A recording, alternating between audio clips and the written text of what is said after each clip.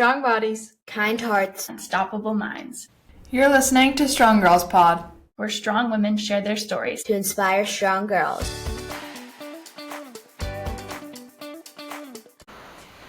Hello, everybody. Welcome back to Strong Girls Pod. I'm your host, Charlie Ekstrom, and I am here with the CEO and founder of athletic wear brand Revly Sport, Jordan Robbins. Jordan, thanks so much for coming on. Thank you so much for having me. I'm so excited. I'm so excited too. And for those of you who don't know a huge background about me, who don't know a huge background about my connection with Revly, I hope you do at this point. But Revly and Jordan are my sponsors on the Pro Beach Volleyball Tour. And I've had the pleasure of working with them through NIL dealings when I was in college to now they're supporting me on this professional journey that I'm on. So this is a episode that's a little bit especially close to home, I feel like, because we get the chance to chit chat about your career as much as you know about mine. I get to find out all about you. So it's kind of a blast. I know, so fun. I feel like you were our first NIL deal. I very well could have been because it was so early, I remember. And I remember seeing my DM of you guys being like, hey, would you be interested in partnering? And I ran up to my mom. I was like, Mom, I think I got a sponsorship deal. So fun. And then it's ended up being this super cool relationship that's definitely spanned beyond just sponsorship stuff. So it's very fun. I love my Revly Sport. And turns out you're super cool too, and we get to be friends. I know, that's an added bonus. I guess it's okay that we're kind of both cool people and that we get to be friends. Such a win-win. Huge win-win-win. All right, so now, Jordan, for the people who are listening who don't know too much about Revly, who don't know too much about your story, I'd love if you could share a little bit of your background and your story spanning through sport, kind of choices that you made post, pre-sport, like what inspired Revly, all of it. What you played, what you're doing now, all of it. Let's hear the background. Whole life story. Yeah, exactly. Whole life story. Well, I played volleyball for as long as I could remember. I don't think there was any other sport that was even in contention. I got cut from the soccer team when I was 8 years old. I think I'm one of the only children in America that got cut at that age. So it was always just volleyball. And yeah, I played all through college. I didn't get to play my fifth year. I redshirted and had an extra year to play. And that's kind of when I started my business. You know, I was an athlete my whole life. Volleyball was no longer an option for me. And I had a lot of free time on my hands. And that's kind of when the idea for Revly came to me in my last semester of college. Oh my gosh. Last semester of college, that's so fun that you're like, all right, I'm done with college, don't really know what I'm going to do. Why don't I just start my own business then? Sounds good. What else was I supposed to do? No, it's so cool. I love that not only has Revly connected a lot to the volleyball world, obviously, you guys are my sponsor on the Pro Beach Volleyball Tour, but you guys have spanned a whole athletic lifestyle now, so much deeper than just volleyball, and prioritize so much emphasis on being able to move and being able to feel really comfortable in the swimsuits that you wear or in the activewear that you wear. And I love that mindset got originally sprouted in the volleyball world, but has gone so much beyond that. It's kind of fun. Yeah, I think we're all about just, celebrating the athlete within. At the time, all of these activewear brands that existed, it was all about performance and, being a professional athlete and, being super hardcore and these are the clothes that you're going to work out in, which that didn't really exist for swimwear. We started out as primarily swim, and we're just looking for something that is super comfortable, that, doubles as a sports bra that you can move in, that you can, train in, but then you can also chase your kids around the pool and not have to worry about anything popping out, or you can just wear it to tan, or you can wear it to play a pickup game of beach volleyball or spike ball or something that you can just feel secure in. So it is kind of bridging that gap between activity, performance training, but also, just feeling secure and confident. I love that. And I love the idea of really catering to the athlete within. It's it doesn't necessarily have to be specifically catered for a sport, but it's catered for the idea that bodies are made and clothes are made to be moved in, not to be sat in. And you can sit in them, but you can also move in them so freely, which is so nice. And you don't have to worry, like you said, about anything popping out or really anything at all, because it's just there, and it's not gonna hurt you to wear it. It's not gonna dig in. It's also not gonna bug you that you have to always adjust when you're moving. So I love that. Absolutely. I know, designed to move with you, not against you, because so many swimsuits, or at least the swimsuits that I had when I was in high school or in college, if you wanted to get something that was like super high end and nice quality, like you couldn't play volleyball in that. You couldn't go to the beach and, jump in the water without it flying off. And then anything that was meant for activity or meant like for sport was gross and would pill and would fall apart after a summer, or wasn't super cute or would cut in. So that's where the idea originated from, was taking my favorite high-end swimsuits and the quality of those, but then merging them with my favorite sports bras and making something that was just super soft and comfortable that you could move in. Oh, that's so fun. I love that. I definitely have to say that the juniors beach volleyball players who get the access to comfy and cute bikinis are definitely at an advantage over those of us who grew up without Revly, who definitely didn't have like the cuter. We had cute options if you were willing to take a risk. But Exactly. if you weren't willing to take said risks, cute was definitely sacrificed in the name of practicality for sport. So Yeah. it's fun seeing all the kiddos now, like on the beach, who are rocking their cute little suits and who they don't have to worry about anything while rocking their cute little suits. I'm just like, yeah, I love that. Like, I love that what I'm rocking, you're also rocking now, because I didn't get to rock the cute stuff growing up. I know, it's hard, and it's funny when like moms come over with their little 12-year-olds to buy something and they're like, oh my gosh, I could never wear this. And in reality, the moms are more of our demo. They want something that has coverage, that they can feel good about, that's cute, that's high end.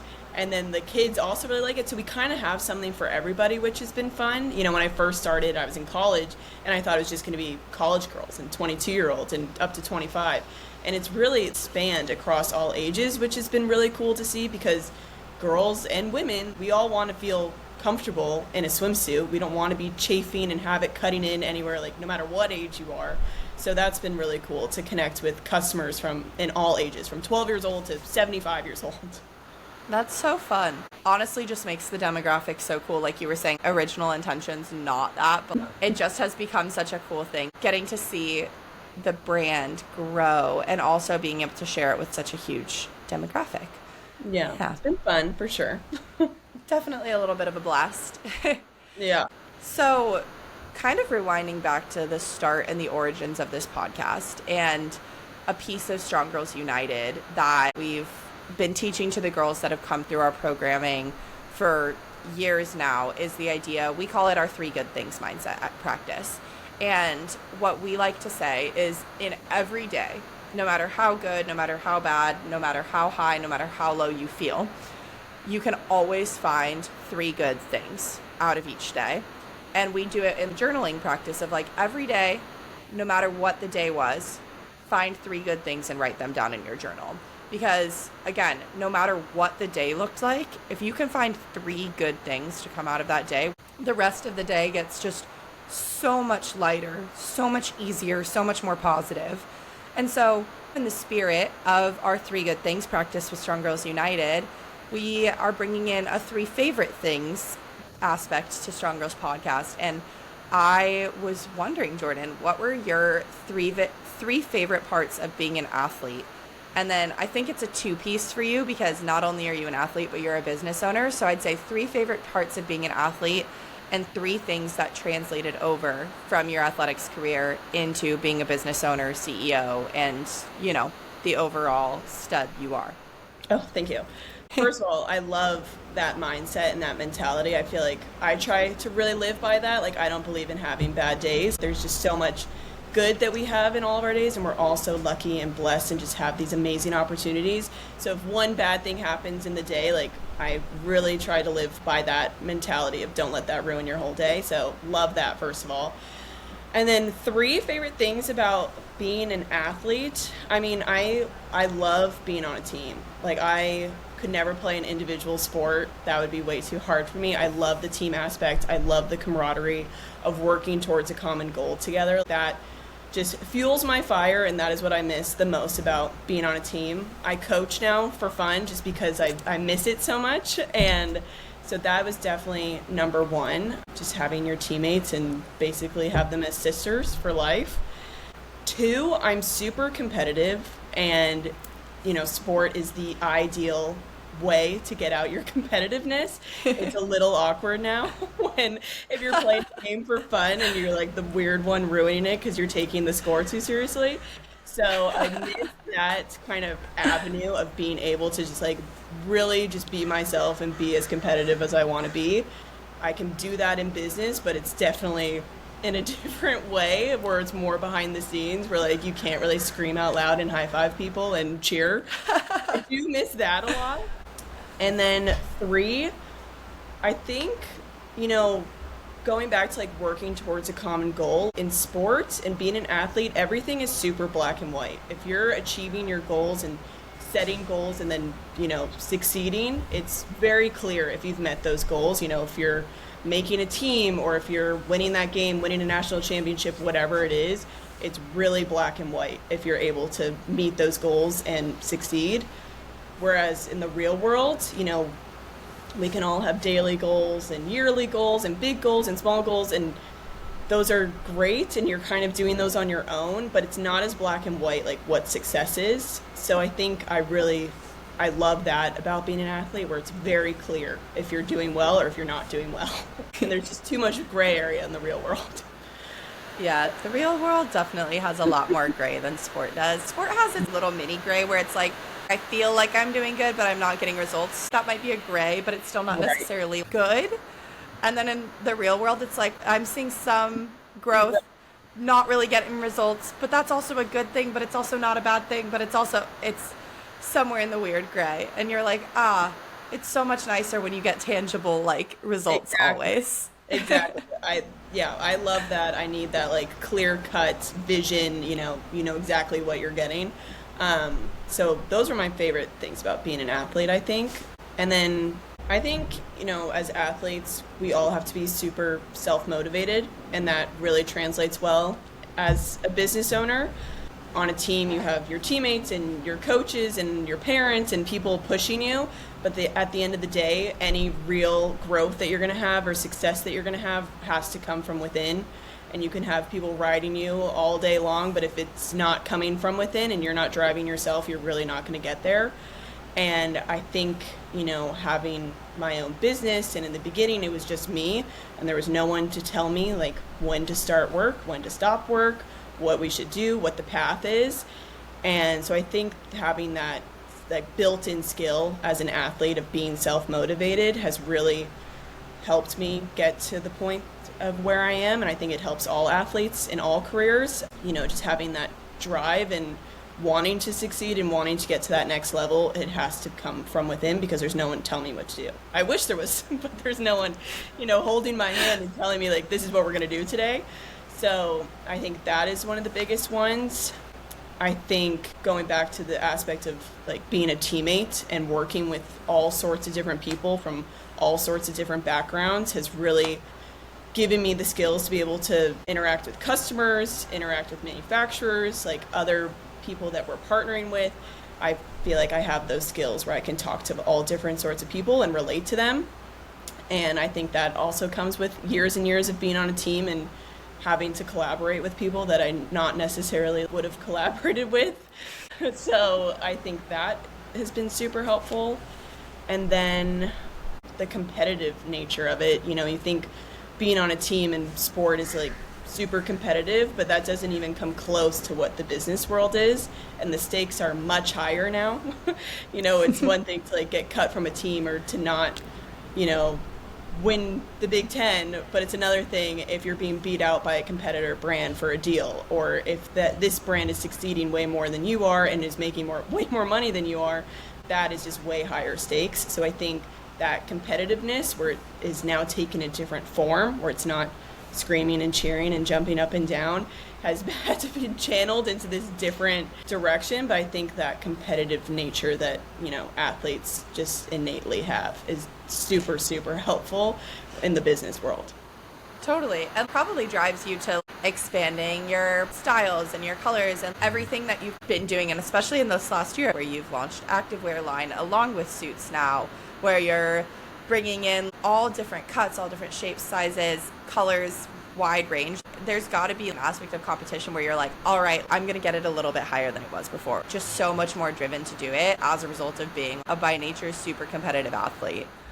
Yeah, absolutely. I think what kind of held me back in the beginning was really comparing myself to other brands and other, female founders, and social media is the worst place ever for that, and seeing people post behind the scenes and they have these super cool offices and they have like 1 million people on their team and getting kind of sucked into that world. But at the end of the day, I just have to be competitive with myself and what our numbers were last year and where we're going next year, and exactly like at expanding to our line and growing our own brand and our own footprint. That's the most important part, not listening to outside noise. Oh my gosh. I feel like saying that is so easy and doing that is so much harder. And being able to sit back and you're like, no, we're really working on focusing on ourselves. I feel like that's such an important piece. And it's really hard to learn growing up, to get caught in the comparison game of like, what are they doing? What am I doing? And why is it less than what they're doing? And I feel like that can apply super heavily to sport as well. I'm almost wondering, in the comparison game of it all, besides the like just focus on your guys' own brand and what's going on with Revly, did you have anything in sport or just in life in general where getting caught in social comparison, things that you did to kind of help remove yourself from that mindset? I think in sport, it was definitely hard. It felt like everyone was kind of like at the same level until freshman, sophomore year when people started getting recruited. And that was really hard, watching people in your position commit to schools that you wanted to go to. And it's really, really hard not to compare yourself and be like, why am I not getting these offers? Why is she going there? Like, what does she have that I don't have? So that was, I definitely remember that feeling of getting sucked into that vortex of the recruitment game. Was just so catty, so political, it was horrible. And I just remember my dad just saying that it's a marathon, not a sprint, and you're going to end up where you're supposed to end up. And these girls might be growing faster than you or are better than you are now, or maybe they're committing super early. That commitment might not actually work out, but you're going to end up where you're supposed to end up. And again, way easier said than done. But I think kind of trusting the process and having faith in yourself and believing in your own abilities, like that's really kind of what got me through like that comparison time, and it all did work out for me, so that's great. And then socially, I think all girls kind of feel this way of like comparing yourself to other people in person, but especially on social media when people are posting pictures and they look one way and you wish that you looked that way. That's really hard to get sucked into. And I think just going back to that mindset of like, what's meant to be will find a way, and I am who I am, and I have my friends and my family, and this is my life, and I have so much to be grateful for. So just trying, not to get sucked into that whole world of comparing yourself to other people. Again, way easier said than done. It was super hard in high school. I'm 28 years old right now, and I still find myself falling into that, so it's something that I'm practicing every day. But yeah, I think all women can probably relate to that. Oh my gosh, yes. I think that that's like such a huge piece of all of it. It is so easy in every facet of life to get caught up into this idea of social comparison, or this idea of other people are doing things that I want to be doing, instead of just being present. And something that I've learned, even just in my journey of teaching and mentoring with Strong Girls, is be where your feet are. You were saying it so perfectly of it doesn't matter what's going on in the outside of like what other people are doing. If I'm present in the moment of what I'm doing, if I'm exactly where my feet are, like that's all that matters. Again, like we're saying this, you're 28, I'm 23. This was so hard to learn, and we're both still learning it like every day. It's a really hard journey to come to the point of like, that doesn't matter anymore. This is what I'm doing now. But once you get to that point, it becomes so much easier with time and with practice, but it's a constant reminder of what I'm doing in the present moment, what I'm doing right here, right now, becomes so important and so valuable to me internally. It doesn't matter what other people say, what other people think, what other people are doing. What matters is what I'm doing right now and how it's helping me in this moment. That's all you can control too. Exactly. Worrying about these external things that you have no control over is just wasted energy. And unfortunately, I've spent way too much energy on that kind of stuff. And I mean, actually, maybe not unfortunately. Maybe it's fortunately, because now I spend way less time on it. Yeah. But there was a lot of time. Yeah, now that you know, and it's like one of those I've said this on a couple podcast episodes, so for people who have been listening for a while, you know that I say hopefully that the people listening to this will learn from our mistakes or the things that I did. I really hope that people don't have to learn the hard way that this comparison game is not worth your time. But if you do, welcome to the club. Like, absolutely. Been there, you will get through it. And hopefully that this platform can serve as a good reminder and moment for everybody to learn that we all go through it, no matter what social media or no matter what outside viewpoints say. Everybody's going through a little bit of something. So it's everybody's journey, but you got to figure it out yourself. Yeah, 100%. And it's funny, like when Revly first started, you know, I started it when that last semester of college. I was in all these like digital marketing advertising classes. We had to come up with a business plan and present it, and that's kind of where the idea originally came from. But how we grew our following was we started it as a blog because we didn't have swimsuits yet. It was me and a couple friends, and it was a body positivity blog. And this was in 2017 when body positivity was not cool yet. It was like just about to become cool. And I just remember like sitting around with my friends in college, and I was like complaining about the way like I was like thought I was fat or something like that. And then my friend was like, oh my God, I hate my legs. And it's like, what are we talking about? Your legs are great. Like, you don't think I'm fat. Why are we spending all this energy and time like so consumed with the way that we look when this is all in our head? So that's kind of where the original blog and mission came from. Was just our original tagline was rock what you got. And oh my gosh, isn't that cute? And wearing a swimsuit is just like the most vulnerable thing that you can be wearing in public. You know, everything's out there for the world to see, and it was like my nightmare wearing a swimsuit. I was 21 years old. Like, I wish I still looked like I did when I was 21. And it's just so crazy that, you know, we spend so much of our time like consumed with the like these little flaws that we think that we have when none of our friends see that. And so that's where the swimsuit thing came from, and that's always been our core mission of just, you know, being who you are, loving who you are and everything that comes with it, and rocking what you got. So oh my gosh, you know, the whole comparison game like really comes from that. But once we had those conversations, it's like, what a relief. Everyone else is thinking this way too. Like, let's just let that stuff go and move on with our lives. Yes, I'm a firm believer, and you know me pretty well. And for people who are listening for the first time, in case you missed it, I'm a podcast host, so I feel like it's probably a given that I'm a bit of a talker. But I live and breathe by my own philosophy that I've created of if something is really uncomfortable for me, I like to put it out there. I was never very good at internalizing anything. I'm pretty good at externalizing things because, again, talker.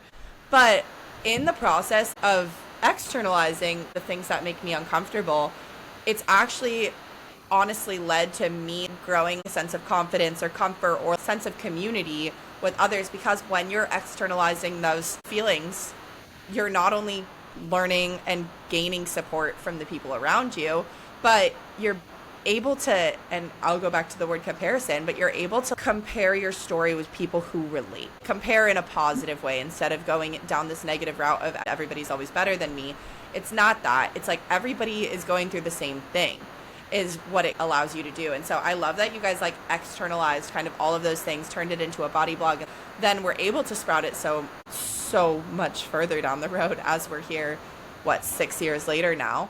But I know that I'm sitting here and I'm like, every time that I externalize something that I'm going through that's uncomfortable, no matter where the conversation goes, I always feel better about just bringing it out to the table and sharing my discomfort, because of the fact that I usually learn and gain support or assistance or help or something from the people around me. So it's pretty cool. I love that. Or you say it out loud and you're like, wait, I am crazy. That is a silly thing. Yes, exactly. I've literally, the amount of times that I've sat back and I'm like, am I completely crazy for thinking blah, blah, blah, blah, blah? And I was like, yeah, I am what I did. And sometimes. Yeah. And honestly, when you put it out there into words, the words feel either crazy or completely less crazy when they actually exist versus when it's spiraling inside. 100%. I feel like we've kind of started talking about this journey in creating Revly and how the foundation occurred. And now hearing this foundation of you and your friends sitting, creating this body blog and like bringing positivity around, I'd love to hear beyond that inspiration, like how have you gotten to where you are? What has been the constant inspiration of the journey in Revly, or has the inspiration shifted through the years? Just kind of what the journey's been like of the last 6 years of creating your business. Yeah, so like I said, the idea for the actual swimsuits and like the swimwear business side of it came from being in class, having to come up with a business plan. I grew up in San Diego. I love swimsuits. You know, I had a full bikini drawer with a million suits. That was like what I was asking for Christmas every year. But I had this need where I would play in a sports bra. I would play in a cotton sports bra because there was no swimsuit that I could buy that was at the quality that I wanted it to be at, that I could move around in and play in. Or I'd want to go, I can't surf, but I'd want to like go boogie boarding with my friends and my flying off. And so there was nothing out there that existed at the time, and that's kind of where my original idea came from. Kind of like taking my favorite sports bras, making them out of like the highest end swimwear fabric that's out there, making them seamless so nothing's cutting in, digging in, all that, and then joined with the fact that I hated wearing a swimsuit because I hated what I looked like in a swimsuit. I have pretty severe scoliosis, and you know, to most people you probably wouldn't even know that, but to me, like, I feel, or not anymore, I'm over it, but at the time I felt like so deformed, and that people were staring at my shoulder scap because it would wing out on one side and I looked like a hunchback in my mind. No one would even probably notice. So that's kind of where like the insecurity came from around swimwear. And I thought that facing this insecurity head on by creating my own swimsuits and being forced to wear them publicly would help me overcome that. So that's where like the swimwear thing came from. The blog was joined with that. The blog still lives on revlysport.com. You can still find it on our site. And it was just me and my friends talking about, why do we feel this way in a swimsuit? Why is everyone feeling this way? When someone says, I hate this about me, but I would never ever recognize that in my friend, and all these flaws are really just in our head. So that's kind of where the blog came from, the swimwear idea, kind of bridging the gap between luxury and activity. Yeah, it was my last semester in college. I was at University of Wisconsin-Madison, which was a pretty silly place to start a swimwear brand, but I flew home for Thanksgiving, and my mom and I went to downtown LA, and we went to go look at fabric. Like, I had no business background. I had no design background. Like, I'm not a super creative person, so it's kind of funny that I am in this very creative space. But I started just talking to as many people as I possibly could, trying to get connected to pattern makers, manufacturers, fabric suppliers, and just going, like, I spent that last semester of college researching how to manufacture. Like, I had no idea what was involved, and I thought that was going to be the hardest part, was making these swimsuits. It took basically almost a year to go through the sample making process, find a reliable, trusted manufacturer, and, you know, get the suits out there. And at this time, we kind of, you know, it was me and my friends who had this blog. We had an Instagram. We had a couple thousand followers. We had some good traction through that. So I was like, perfect. We're ready to go. We launched product, and we had like a little friends and family sale and sold a couple $1,000s worth of stuff on the first day. It was like, awesome. This is going so well. And then day 2, we sold nothing and had 0 traffic to the website. And I was like, what are we supposed to do now? Like, I just didn't think anything through. I was just so in the moment of like, I'm going to solve this problem of there's no luxury active swimwear out there. We have this audience. Like, I know that there's a demo for this, that this need exists. And I didn't think anything through past launch day. So pretty funny that, I mean, literally day 2, I was like, we have no plan going forward. And then that was just kind of where we were at. And I started doing a ton of trunk shows at sororities. I started just selling on the beach at volleyball tournaments. The first couple years where I was coaching on the side, like, this was not my full-time job. It was really, really hard, harder than I thought it was going to be. I was very naive. I was 23 years old and thought that I would just sell 1 million suits and become a bikini millionaire and call it a day, and that's not reality. So yeah, it was super hard in the beginning and very, very lonely. After graduation, all my all my friends got jobs and everyone was making friends at work and getting promoted and going on cool work trips, and I was in my apartment alone packing suits all day. And so I think that part was very hard in the beginning. And then honestly, it wasn't until COVID, I was trying to become a college coach. I coached at USD for a season. I was at Concordia with the men's program, and then COVID hit and gyms were shutting down, and I had no other way of making money at the time. And I just decided to devote myself like full 100% to Revly, and I knew that it was a good product. I just needed to get it out there. So I redid the website, I made a new line of product, and that's when I really started to learn more about digital marketing, met with a couple agencies, and then it wasn't until spring of 21 that we actually like got real traction and were able to scale. And that's when I became, full-time Revly. Full-time Revly, and Yeah. started signing athletes. And then our relationship started, which is it's pretty cool to hear. Starts are not always pretty, or like the start is really pretty, but the immediate after the start is not an easy journey. Nothing is going to be sunshine and roses from the start. If you get a sunshine and roses from the start situation, that's awesome for you. Yep. But no matter what, putting in the work takes some time. And talking a little bit of the isolation of doing things on your own, you had to make some like pretty serious sacrifices in order to follow this passion. And what did it feel like making those kind of sacrifices, or like how much were you sacrificing? What did it look like? What did it feel like when you were kind of in the rough patches of creation and stuff? Yeah, I think it was hard comparing myself to my friends who were working 9 to 5. So they would go to work Monday through Friday, and they were making all these friends and having, not a lot of fun, but they were, they had cool jobs. And I was alone in my apartment and with no one to really bounce ideas off of. Like, I would call my mom and be like, what should we do today? Like, I didn't even have a plan like to go forward.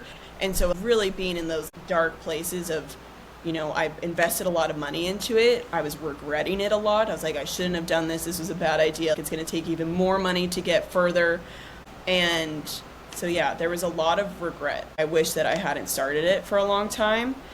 And it was kind of hard to pull myself out of that. And I think, seeing the sacrifice side of it, my friends had weekends off, and I would have to go to a sorority trunk show on a Saturday, and I'd have to be at a volleyball tournament on Sunday. I didn't really get days off. And if, a lot of people say like, oh, you have your own business, like you can do whatever you want, you have so much flexibility. I have no flexibility because we have so many events and there's so much to be done. And we have, now we have a team, but at the time it was just me. So if I wasn't working and I was going off on vacation, nothing was getting done. So I think people definitely glamorize, being a business owner and having a brand, and it looks super cool, and you get to do fun photo shoots at the beach, and like that is 1% of what we do. And so I think the sacrifice of not, having that same schedule that everyone else did, there was no really like time for me, and it was really hard to think about when do I get time off. On Monday, I took the afternoon off this week because I was like, I've worked for like 50 days straight. Like, we've been going like to tournaments every weekend and different events. And I was like, I really haven't had the day off in a long time. And it feels like there's a lot of guilt that comes with taking time off. I laid outside for like an hour and read a book, and I was like, this feels so weird. There's so much to be done. So I think going back to the sacrifice, you really sacrifice like your schedule and not being on the same schedule as your friends, especially like being 22 years old when everyone's kind of doing the same thing. Now it's like people have their own stuff going on. It's not as weird. Living life in the present moment, you don't necessarily always see what's going to come of it in the long run. You were looking at, what am I doing in this present moment right now? 6 years from now would be sick, but I'm not thinking about 6 years from now. I'm thinking about right now, what's going on right now in this moment. How did you gain and grow your confidence in your decision over time? The decisions to follow the path that you took, how did you kind of gain and grow your confidence in that? I think it was definitely in 2020 when I wasn't really able to coach anymore and Revly was all I had. And I just remember, I wasn't even posting on Instagram. I was kind of done with it. I just wanted to move on, cut my losses, become a college coach and move. I loved volleyball so much. And then I like remember putting on one of the suits and I was like, these are so nice. And like, these really don't exist anywhere. Like, I've gone swimwear shopping. Like, I can't find anything as nice as this. And I know people like it. So I think like having the confidence in the product and then getting feedback from people just validated that even more. So I think it really came from like knowing how good this product is and hearing from other people. I would get DMs all the time of like, this swimsuit changed my life. I haven't worn a swimsuit in 20 years and I put this on and now I can, go to the pool with my family and like, this is amazing. So I think and it wasn't a lot of messages like that. I wasn't really selling that many suits, but hearing that kind of got me to get started again. And then when I revamped the website, that was all super exciting, kind of rebranding everything. Like, we got a new logo. Like, it was like Revly 2.0 was coming. And then when we started the advertising, and because we never really spent any money on digital marketing, all the money I was spending was going towards product. And then I was like, this is good. We have a new website. We got some new creative. Let's work with a digital marketing agency and run some ads and just see where we go. Let's really give this a shot. And, in March of 2021, big brands were having major supply issues. So a lot of swimwear or just apparel in general was out of stock. The world was in shambles. People didn't know what was happening. A lot of companies cut their marketing budgets, were laying people off. We make everything in LA, so we had product, we had inventory, we were ready to go. We signed on with an agency, and I remember March 17th, 2021, and we pressed go on our ads, and I had no idea what to expect. And we sold like $3,000 worth of stuff in one day. And I think that was more than we sold all of 2020. And I was like, this could be real. That really gives you confidence when people are buying your suits in mass quantities in one day. I was like, this could be cool. This message is people can relate to it. People are into what we're saying. They buy into the message. So that's really when we started to like form this community too, this online community of getting reviews, people commenting on our stuff, like really liking the product and liking the brand. And that year we were just really able to scale, which was cool. So selling through a lot of stuff, like that gives you a lot of confidence as well. That's a fair point. That's so cool. And it's like, again, it started at a low point. You were ready to cut your losses and leave, and then you're like, okay, one last chance. Yeah. Let's do it. Let's fully get in. And then now you're like, all right, now I'm full-time Revly and living a life that you were not necessarily anticipating for quite a few years there. So it's pretty cool that you've gotten to not even shift the perspective, just shift to like the reality. Now that you've got a team, it's less single-handedly, but you had to single-handedly work to shift your reality, which is a cool journey. Yeah, definitely. It was kind of like, stop throwing a pity party. Things could be a lot worse. Let's give this one last shot. And you're like, come on. Working. Yeah. And it's been super fun. It's been, really, really hard. Like, advertising to online has gotten a lot harder than it was in 2021. So we've kind of, shifted to more in-person events, community events, trying to, just get the brand out there through word of mouth, referrals, ambassadors, all that jazz. So it's not been, I don't think there's ever been a moment where I'm like, this is so easy. I just get to sit back. Every day is a challenge, but it's been way more fun now than just sitting in my apartment in Santa Monica and like looking at all these suits being like, how am I going to sell these? Yeah, now you're like, okay, I know how I'm going to sell them. It's just a matter of doing it. It's still a challenge. It's just a different challenge and a different tier of challenge. Yeah. It's like, the whole journey is a really intricate tiered level. Of each level you get a little bit different of a challenge. It's still a challenge, just a little bit different than the one before. Every tier, like, it goes up a little bit, still has challenges, but it's just like a little bit elevated of a tier. Yeah, absolutely. What's your favorite part of like being your own boss or like being a business owner? I know that there's a lot of stress with all of it and that it's not as glamorous as it might appear, but like, what's your favorite part of creating this brand that is yours? Well, I love, one, being able to like control what our message is. We're direct to consumer, so we control every aspect of the customer experience. So I really like that, being able to relate to customers, talk to people in person at these community events. Like, I love that part. And the second part would be I get to choose who I work with. A lot of people don't get to do that. and I get to choose who we hire. I get to choose what kind of people we bring on. I interview everybody. Like, that takes up a lot of my time, is like the interview process. But I really want to vet people because it's more than just, bringing on capable, smart people. It's about bringing on people who are super passionate about what we're doing. I really try to hire for passion and positive people. I think bringing on, like, that's definitely the coolest part, is I get to choose who I work with every day. That's nice. It's nice having a team that you enjoy and getting to choose that team. I feel like, too, to kind of go back to the teamwork aspect of what you were saying earlier that you missed from athletics, now you get to kind of start building that piece that you missed in the form of business, of building a team that you really care about, that you really enjoy working with, that are all working towards the same cause. It's a nice little twist of bringing back something that you might have missed from athletics and bringing it into the business side.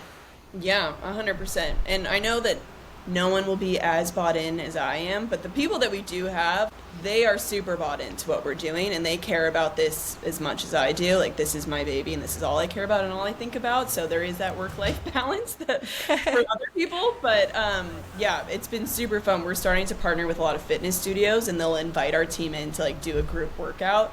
And that just like feels a little bit like being back in college doing like a team lift. Totally. It's been really fun. You're like getting the team workouts, getting that competitive aspect. It's so fun to just get it to do it together. I definitely miss the team element of like my best friend on my team. We would share a rack and we would spot each other. It just so happened it was perfect that we actually lifted pretty similarly. We'd be like screaming at each other to push ourselves harder. I miss that little element of teamwork that came in college that I don't know if I'll necessarily get the opportunity to have again. I hope I do at one point. But getting that team element of where you're pushing each other to go harder and to go further and to do more.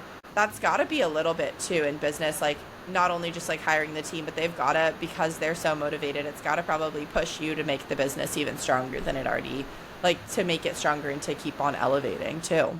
Yeah, absolutely. I mean, before when it was just me and it's like, okay, like no one's really holding me accountable, but if there's no structure now, like it's just chaos.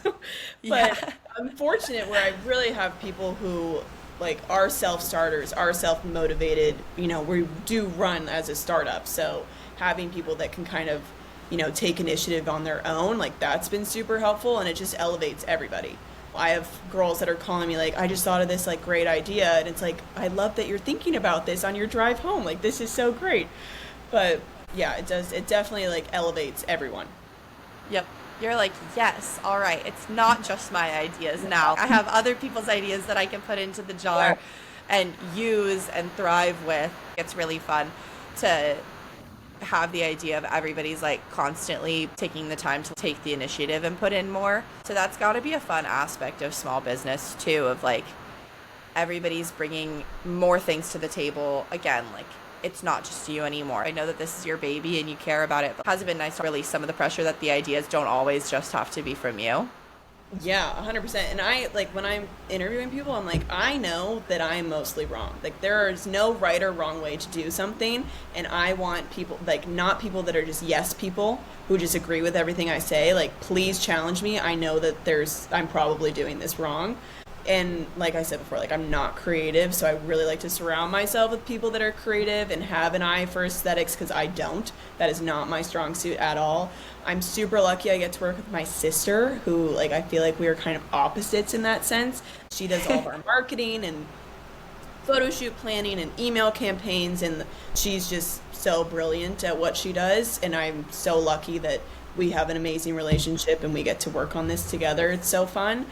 But yeah, it's really nice to just be able to bounce ideas off of people, because before it'd just be me like talking in a mirror, like, do we think this is good? Let's do it. I don't know. And now, you know, I have people that can kind of bring their own ideas to the table, which is so fun. That is really nice. And I love you and Jamie. I feel like you and your sister are the like yin and yang of Revly. You guys kind of complement each other so nicely with your two sides so perfectly. Yeah, exactly. I do all the boring stuff and she gets to do all the fun stuff. She's a little more flashy than you by nature, though, I feel like. So it would make sense that she would. I was going to say, it fits that she does the flashier side of things. Yeah, and she's so great at it, so it works. It's pretty easy. So looking at kind of your whole background and everything, how do you use your like competitive mindset? How do you use the aspects of working of a team? How do you use your athletics background to push yourself forward in the working world? I think, going back to what I was saying about being like self-motivated, determined, all that, like that's all built in from being an athlete. To play at the level that we played at, you got to have that or else you're not going to get there. So I think that just like is already a part of who I am. Just having that as an athlete where, you really want to work hard towards something and actually set goals that you can eventually succeed at. And it like constantly pushes you forward because again, athletics kind of taught you that this is the way to be. There isn't really another way to be beyond like the competitive nature or driving yourself forward or trying to be better than you were the day before. Totally. I know my college coach, like he was all about, I feel like a lot of people say this, like get 1% better every day, which at the time I was I'm so sick of hearing this. But now it is really helpful. It's like, what did we do yesterday? What can we do better today? This is great. And he also would always say, like, you need to have stick-to-itiveness, which I just thought was, like, the lamest thing ever in college.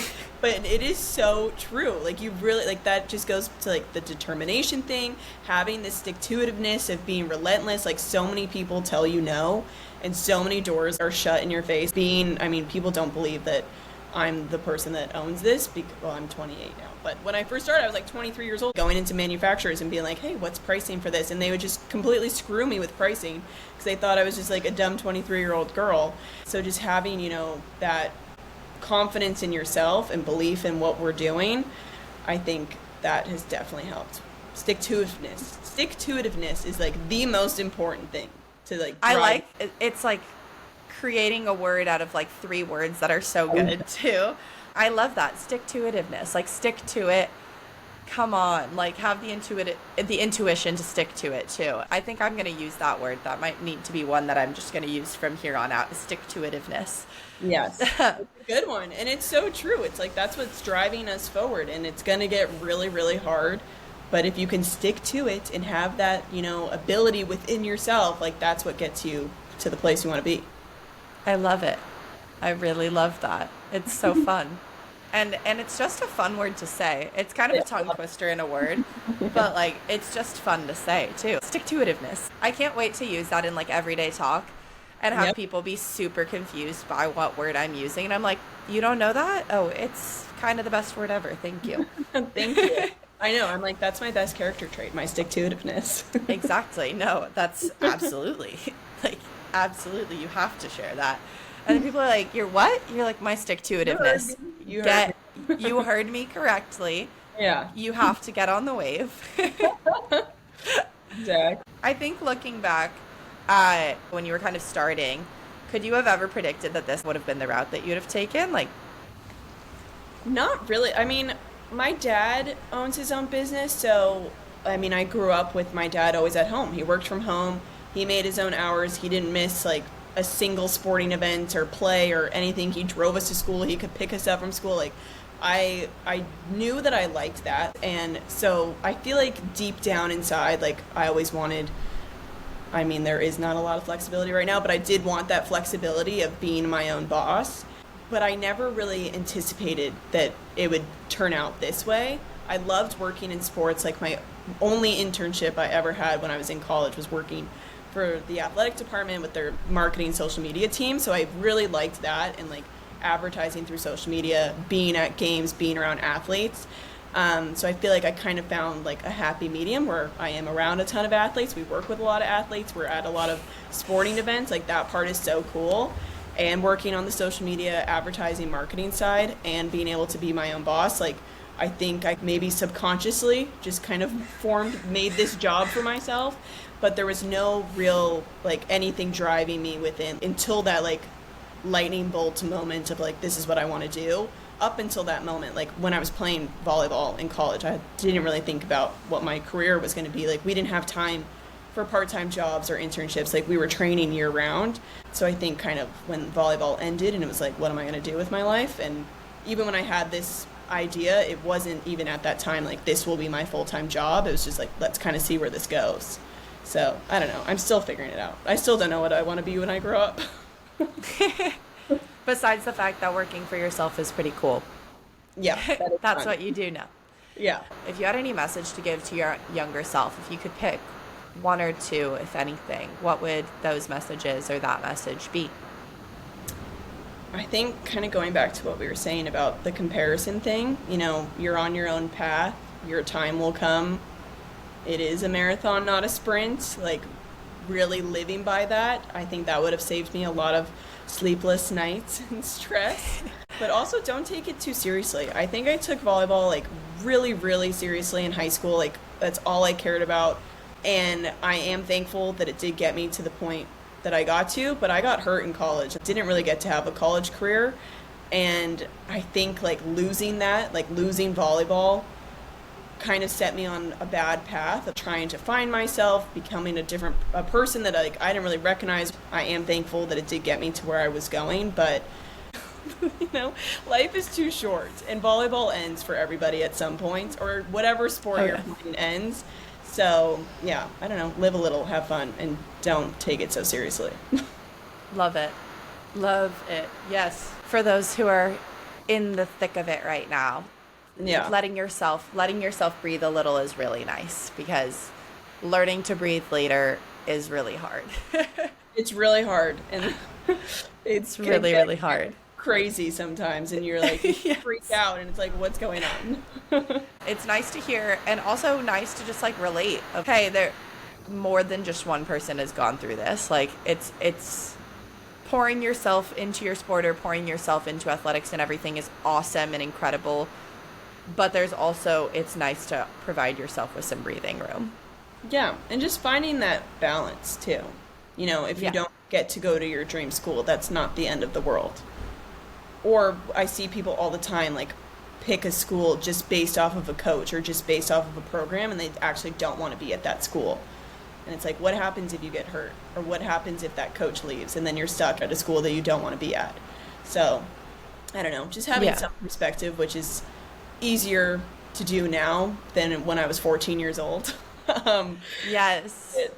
So I think I definitely had blinders on when I was going through the recruiting process. Like, I just wanted to be at UCLA. That's all I cared about. And I got an offer and I was like, perfect, going. And I don't think that was the right fit for me. And I probably shouldn't have gone there to begin with. And that did lead me to transfer to Wisconsin. And I'm so grateful that, I had that journey. And I do really believe that everything happens for a reason. But I don't know, just having more perspective, which is really hard. But taking a step back and being like, what do I actually want in life?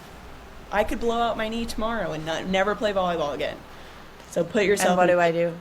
Yeah. Yeah, and what would I want then? Which is right. A whole bunch of things, hopefully. Yes, exactly.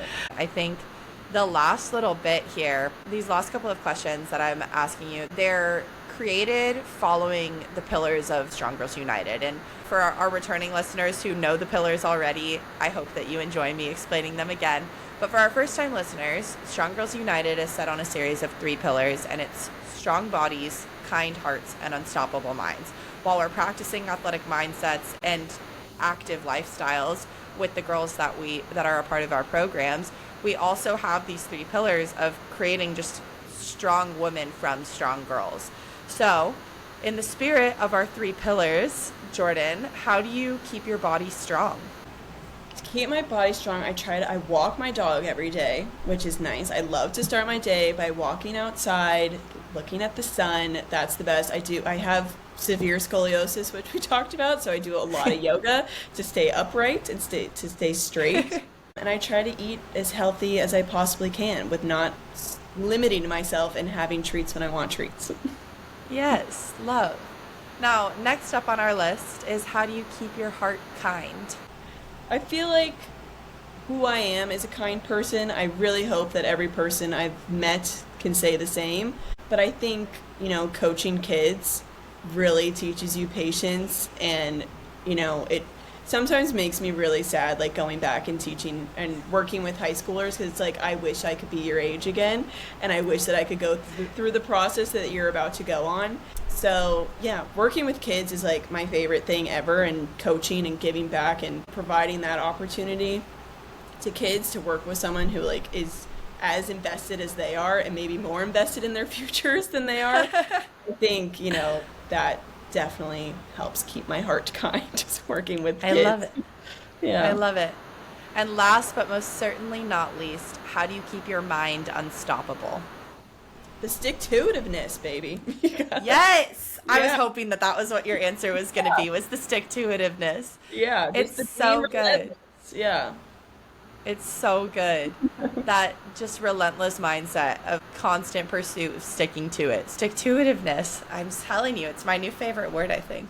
It's the best. Everyone's going to tell you no, but one person might tell you yes, and that's all that matters, and you will never know unless you try a billion times. So there's going to be a lot of failure, but just got to keep going. You got nothing to lose.